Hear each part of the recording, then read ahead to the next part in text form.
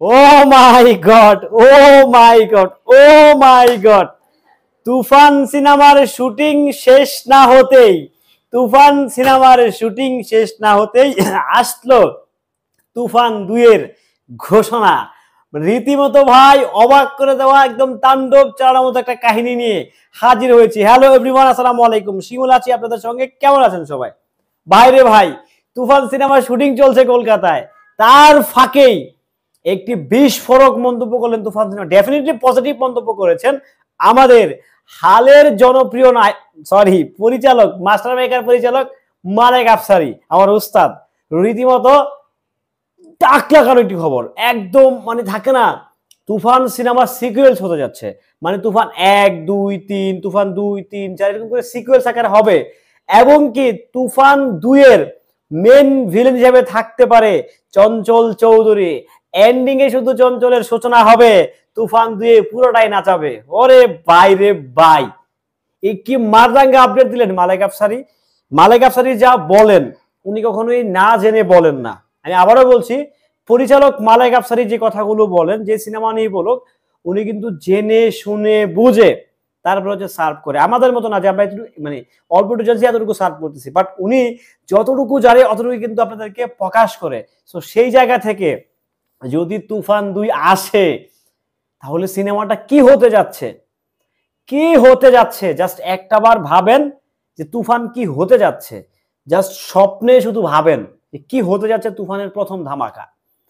Tamil action, Tamil মানে একদম আমরা যেরকম দেখে আসছি, যেটা আমাদের স্বপ্ন ছিল বাংলা সিনেমায়, যে স্বপ্নটা ছিল যে আমরা স্বপ্নকে লালন করেছি, স্বপ্নটাকে বুকে ধরেছি, স্বপ্নের মানে স্বপ্ন সবকিছু স্বপ্ন ছিল যে আমরা এরকম সিনেমা কবে দেখবো, আমাদের দেশে কি আর দেখবো না, আমরা সাউথে দেখি, বলিউডে দেখি, হলিউডে দেখি, তাহলে কি আমরা কি এরকম সিনেমা দেখবো না?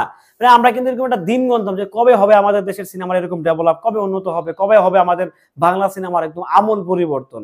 এগুলো কিন্তু না আমরা শুধু স্বপ্ন দেখতাম, মানে আমরা শুধু আলাপ আলোচনা করতাম ফ্রেন্ডদের সাথে যে আমাদের সিনেমা কবে ডেভেলপ হবে, আমাদের সিনেমা কবে ইমপ্রুভ করবে, এগুলো আমরা আলাপ করতাম।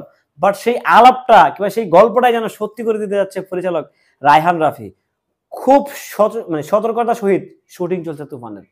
ভাই তুফান সিনেমা যে কোন লেভেলে হতে যাচ্ছে, কোন লেভেলে তুফান আসতে যাচ্ছে, সেটা আসলে বলা, আসলে এখন বলা ঠিক হবে না।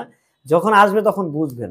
অনেকেই হচ্ছে আমাদের কথা বিশ্বাস করতে চান না, অনেকেই বলছেন যে আমরা আবল তাবল নিউজ দিচ্ছি, আউল ফাউল নিউজ দিচ্ছি।